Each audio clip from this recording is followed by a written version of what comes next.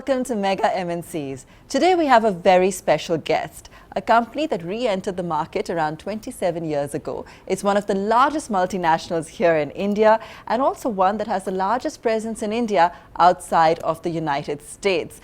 Interesting to hear all about IBM's growth story, and who else better to tell us than the man at the helm, Karan Bajwa. Thanks so much for joining us. Pleasure to be here. Karan, you know, things are changing so rapidly when it comes to the world of technology, and India, in fact, is going through a huge digitization phase. We've seen a lot of tech-led disruption as well, and new models that are challenging the old ones. IBM has been at the forefront of this. You'd already kick-started an entire strategy a few years ago to stay in front of all of these changes. How has that been shaping up? How are things evolving? Where do you feel you're placed now? Great. So let me start by giving you a perspective of the larger IBM company, and then I'll bring it down to India. You must know that we are a 106-year-old company now running 107th year. And we've gone through multiple transformations in our journey as a company. Where we started from to where we are today is a very different company. And each milestone in the transformation has brought in for a brand new organization in that sense. And so has this one. If I look back 5 years ago, almost 50% of the revenues of the company that stand today did not exist 5 years ago. So we're almost half a new company in that sense. That has been the quantum of transformation. It happened on many fronts. Really, our chairman laid out the vision of the company to be a cloud and cognitive company. So amount of progress that has happened on those fronts, cloud revenues today being almost 25% of the company's revenues, starting from 4% 5 years ago to now 25%. That's a big transformation. The mainstreaming of cognitive assets, AI assets, IoT, blockchain, all of them in a way have critical mass to give a strong testimony to the transformation the company has gone through. And in that sense, it mirrors India. India mirrors the larger IBM machine as well. And as you rightly said in the beginning, IBM India is a microcosm of the larger IBM company. Every asset of the company that exists, whether it is, of course, the sales and marketing machine in the country, there is research and development, there is software development, systems labs, research labs, every aspect of the company, global delivery centers, both for consulting and infrastructure. So in that sense, we're proud to sort of have IBM India as the microcosm of the larger company. So that the transformation largely mirrors the larger transformation. From an India perspective, there were 2-3 things we set out to do. If I look back 2 to 3 years ago, my own journey with the company, we said we will establish strong leadership in cloud and cognitive. I think as we speak through the conversation, give you some examples of what we've done. We wanted to expand our market, our footprint from a customer standpoint, going into the larger mid-market stream, if you will. We've got great success there, expanding our channel partner ecosystem, getting a strong foothold in security. Those were some of the key levers we had wanted to go out with. And I think as I look back, strong success across all of those. Okay, so you are seeing some of those areas pick up. You know, talk to us about the growth areas, in fact, for IBM in the Indian context particularly. Sure. And it's interesting because when you're talking about it being a microcosm for the global company, I think, you know, one of the biggest validations of that is also the frequent visits we've had, you know, by the chair, Ginny Rometty, and she's always sounded very gung-ho on the India story and what you're driving to do as a company as altogether. Sure. Sure. Look, you know, Ginny is a great believer in India, and that sort of shows up in how she, along with the full leadership, comes and spends 4 days in India every year almost. I don't know if any other global CEO does that. Meeting customers, partners, government, employees, obviously. It's really the strong commitment from her. And in terms of what I'm seeing as growth from an India standpoint, again, I think it's very reflective of the growth in the Indian market. If you see, well, let me talk about the new government coming in with a very strong mandate. They really took strong strides on digitization in their first phase. I believe with the mandate they have now, it's only going to get stronger. Digitization is going to be the mainstay. In fact, in the manifesto itself, I saw some very interesting mentions of things like AI and blockchain and IoT. That was very interesting to see a political manifesto go into technology in that sense. So, do you feel people understand the kind of technology behind some of the terminology, or is it still just a buzzword? No, I don't think it's a buzzword. I think governments always set the tonality on something. I don't think government is expected to be the biggest research organization in AI, but they set the tonality, how they want to embrace technology in governance, how they want to embrace technology in the country. That was a tonality setting model, and I think it's going to show up very, very strongly. How it is showing up in terms of, look, digital transformation is a very oft used word, misused word in that sense, but we see it play across every sector. And that's how growth is coming into our businesses as well. So if I take banking, digital transformation is really the mainstay of what's the investment happening in banking. If I see telecom, while we all see the disrupted side of telecom, we don't see the transformative side of telecom as much as more under the surface, how they're completely transforming their cost structures, led with automation, less people, more automation. I think there's a huge amount of investments happening. Investments may not be in the traditional IT areas, it may be in network areas, but again, that shift is just a dollar shift from place to place, but still the larger investments are happening. And that story goes on across every sector that I see. Government is a big spender, by the way. And for whatever people might say about, doing business with government is tough, I think those norms are changing. And you've been very big on that. We've seen a lot of work on that. Fairly successful. Yeah. We've been very selective. Obviously, we always look at terms and conditions, deliverability, how strong is the intellectual asset from an IBM standpoint that determines our participation. But I would say that we've been leading the charge on a very, very large strategic government projects. And so across the sectors, we are seeing that growth starting to happen. And I'm not today, as we speak, there are some sectoral disturbances that we are seeing, autos going through a tough time. Well, there are some stresses on the NBFC side, but I would say that these are transitionary in nature. Because there are big concerns about the GDP number, growth slowing down, and yes, the disruption we are seeing across pockets of the economy. I sometimes, laugh when there's a debate on 7 versus 6. Look, 6 is still among the largest growing, economies in the world. And while the debate will get settled elsewhere, I still think that India is poised for a very strong growth. The Prime Minister has set a very clear goal of a 5 trillion economy. And I'm not going to go play Nostradamus and say when will it happen, but at least the actions of the government are starting to talk in that direction. So I would say that it's not about a debate between what is the economy. I think there'll be all kinds of versions on that, and I won't sort of, worry about that. But India is on the right track, and we feel bullish that the mandate that the government has should give them the courage to really invest more on digital. In terms of value, though, in terms of deal size, deal value, do you feel that India also has a lot of potential? While the portfolio of services is changing, as you ascribed, I mean, how would you also look at it from that point of view as a market going forward? Well, if your question is pointing towards deal sizes, purely in terms of volumes, we've done billion-dollar deals 15 years ago. And we've just, done a very large telecom engagement when 2 of our customers merged, Vodafone Idea. That was a fairly large transaction as well. So I guess there are large transactions happening in the market, multi-year large transactions, but as a trend, just as it is globally, it is in India, the deal sizes are becoming shorter because technology cycles are way faster. Customers are willing to experiment on a much faster time cycle. So we are seeing deal sizes shrink both in value as well as in timelines. Customers want to try out newer technologies on a shorter time frame, see the ROI, and then commit forward. But again, what we are losing in value, we are gaining in volume, clearly. The shifts may spend, the IT spend from traditional areas, maybe from pure infrastructure, is moving towards digital automation. From infrastructure setup, it is moving to infrastructure modernization. From data platform setup, it's moving to data platform expansion. Sorry about all these tech buzzwords, but the point really is that the spends may be shifting. The sizes may be getting smaller, but that's getting compensated by deal volumes in that sense. And you are finding companies adapting. You are finding them more open to change, or is it a must-do now? Look, as I said, it's so difficult. As we were speaking earlier, I said it's so difficult to paint India with one brush. India is almost 3 to 4 different markets, and I remember somebody saying to me that if I look at the classic customer pyramid, India has a classic pyramid which has a New York on the top. The top of India almost look like any other developing country, so it's difficult to differentiate how a developed country would behave versus the top end of the Indian customer market. But as you go down, the behavior changes. So in that sense, I would say that customers that are facing the highest disruption at the top end of the pyramid, whether it is from tech startups or from any other place, they are most adaptive to the change because it's a survival instinct for them. They have to survive. What about within IBM as well? That was a big shift for you, and I know it's now been a few years since you were, reworking how things were looked at in the organization. Sure. Has that been a successful shift? I would say, as I initially mentioned, we are half a new company. If you look at revenue terms, half of our revenue did not exist 5 years ago. Sure.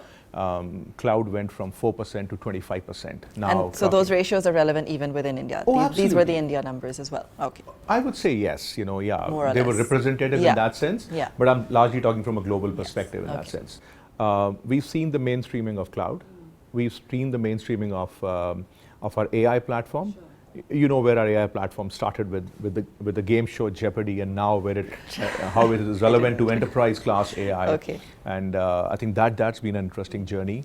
The whole IoT platform modernization, security, the way we have expanded our security portfolio, and the story goes on and on. I think so. The company has changed on many fronts. The quantitative change I've established, half a new company in 5 years is a big achievement. I would say. Of course, yeah. Absolutely.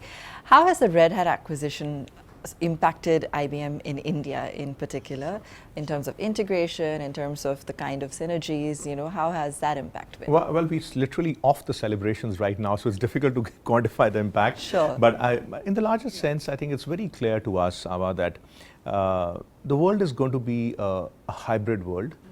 From a cloud standpoint, and the world's going to be a multi-cloud world. No customer is going to bet on one single cloud. So it's going to be multi-cloud and hybrid cloud. Sure. With that clarity having emerged over the last 3 to 4 years, and in the last 3 to 4 years, about 20% of the customer workloads have moved to the cloud, 80% still to go. And that's a large chunk yet to happen. Sure. Now, with that clarity that this is going to happen, multi-cloud and hybrid cloud, I think the Red Hat story sits right in the center of the strategy and allows us to then take a very bold aspiration of being the largest hybrid cloud player. Sure. That is a single line aspiration of the hybrid cloud, of the Red Hat acquisition strategy. So in that sense, think about a customer building a cloud environment. Our ability to take the hybrid cloud platform with Red Hat combined with our services capability, the Kubernetes platform that they bring to the table, and set up a private cloud environment, a cloud environment in a private environment, versus then operating in a multi-cloud environment. Sure. And look, this is a great democratization of technology again. Our ability to now work with IBM Cloud, clearly that will be the first port of recall, working with Azure, working with Amazon, working with Google. Just recently we released, just off the Red Hat acquisition, we released a portfolio of about 100 of our existing software platforms to be cloud ready. So again, those are moves that allow us to democratize the IBM platform across the hybrid cloud platform and establish a leadership position.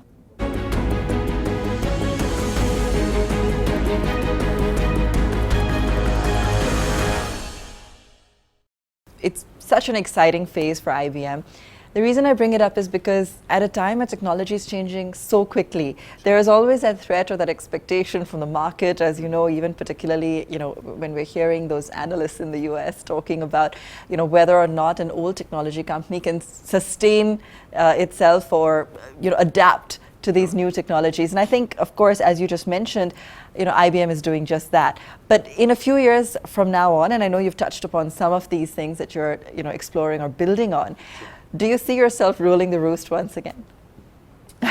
You're going to ask me to sort of, predict something in the future. Yeah. All I can say is that with the assets that we have gathered as of today, including the recent acquisition, with the learnings that we have from the past 5 years, and the critical mass of both revenue and customers that we've gathered across the more innovative technologies, and put together the core capabilities of IBM from a services standpoint, I think it puts IBM in a very strong position, in an unparalleled position in terms of having the world's largest cross-brand services capability and a large pool of intellectual assets. I don't think any one company has all of these capabilities in one place. So I am very bullish rather than predict future, I would give confidence from a present standpoint. And I guess we are very bullish about how it'll come about together. how it'll come together. And that just shows, the confidence would show in terms of our ability to put such a large investment into one acquisition, the largest ever we've done with Red Hat. So I guess we feel very confident about the capabilities that have come together, the learnings and the customer base, and our legacy, which gives us a strong foothold to grow and really live our vision of being a high-value enterprise company. And then I would fall short of trying to compare with any one company, because the portfolio is much broader, Aabha. It's a much broader portfolio. So sometimes I'm asked the question, who competes with you? And I struggle to answer the question. Really depends on which part of our business you're talking about. So we do compete, co-opt with many organizations. So yep, back to the point, very, very bullish about the future. Sure. And that's how we are going in with. When you're looking at India growth, of course you're building on certain services, you're building on business, and along those verticals. Are you going to be looking at acquisitions or further investments here as well? Again, we have demonstrated in the past doing acquisitions both locally as well as globally. There's nothing I can share with you that is ready today, but if it needs us to complement our capability in any form, I'm sure the company will take the right decisions. But even today as we stand, I think we are very ready in terms of intellectual capability as well as people capability, resource availability in the country to address the market that exists in the country across the key sectors. And would it be one of the, I know it's one of the biggest growth markets, but overall in terms of revenue contribution, let's say in 5 years from now, where do you see it? India from a global perspective? Yeah. If you were to just compare the top 5 tech companies in the country, I think that's a good benchmark to take, multinationals. I think we have a stronger contribution to the larger IBM kitty than any other local subsidiary of a multinational. I've done the analysis very quickly. Okay. Yeah. I'm going to stop short of giving you numbers. Sure. But in that sense, IBM India does contribute a very large, fairly large on a comparative basis. And I'm sure we'll grow. We are bullish. We are growing from a strength standpoint, skilling standpoint. I'm sure that trend will continue. In the last 5 years or so, we have seen a whole number of people that have been let go at IBM, and particularly according to stories that we've seen in US media as well. What about the India numbers? Have they been affected? Will they be affected? Is there anything to worry about there? There will always be in a large company realignment of skills. Sure. And I would not comment specifically on any number, but we continue to invest in core areas, in newer skills, newer capabilities. So in that sense, IBM's journey continues. But there'll always be realignment of skills and capabilities from a people standpoint. Okay. Reskilling and skill refreshing go hand in hand in my view in that sense. Sure. 10 years ago, there was, let's say, a different kind of a two-way race that was happening. We had, for example, Indian players like an Infi or a Wipro, and they were, of course, trying to climb up the value chain, so to speak. And global majors like IBM, Accenture, they were hiring aggressively, of course, at that time in India to move down the cost chain. Sure. Right? So today, has the strategy changed in that respect? Is it still a cost play more than a services play, or has it changed? Look, both of these trends will continue.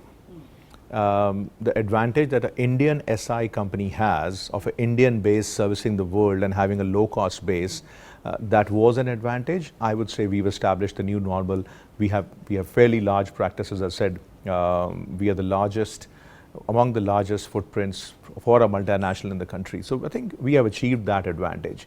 And yet the discovery of the new capabilities, it's what's going to differentiate a multinational from the second multinational or a multinational from an Indian SI.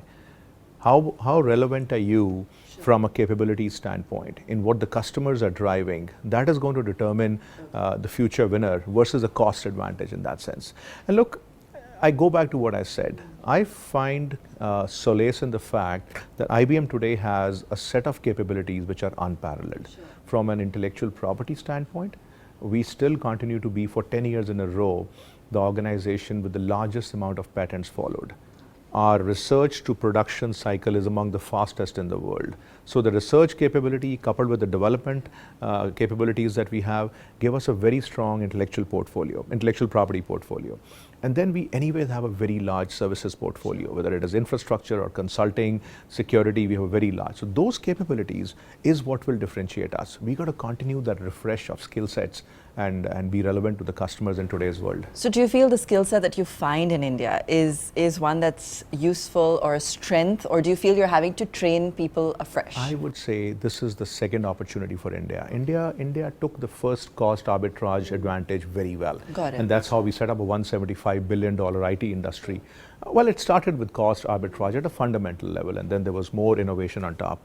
We today sit at the second milestone and at the crossroad virtually, where we have to reinvent our skill sets and be relevant in today's world of a cloud environment and powered by AI and modernization of our infrastructure. I think we sit at a point where we have to reinvent, and that is the big opportunity. Do I feel that India can do it? I feel India can do it. Our baseline capability is strong. We got to just be aware of the need for reskilling. And I think it's great times ahead for the Indian IT industry. You know, Karan, when you took over, there were some key priorities that you came with at that time that you implemented, and and I remember you had a few interviews discussing those, discussing the success along the way, the kind of difficulties that perhaps you were facing, and how things were evolving. Sure. Now, when you're looking ahead at the next few years, and I think you're on track, as you mentioned, you've clearly got the areas that you want to focus on, where you see growth, and in an ever-changing environment. What's the next priority for you as as a man at the helm of IBM here in India? Sure. I think two-pronged. One is consolidate our existing base of customers and be relevant to them in the new world capabilities. So if it's banking, it's digitization for banking. If it's telecom, it's helping them shift faster towards network clouds, and likewise. So really addressing the installed base of IBM and holding fort with the new capabilities. But very importantly, the second part is also growing with new customers.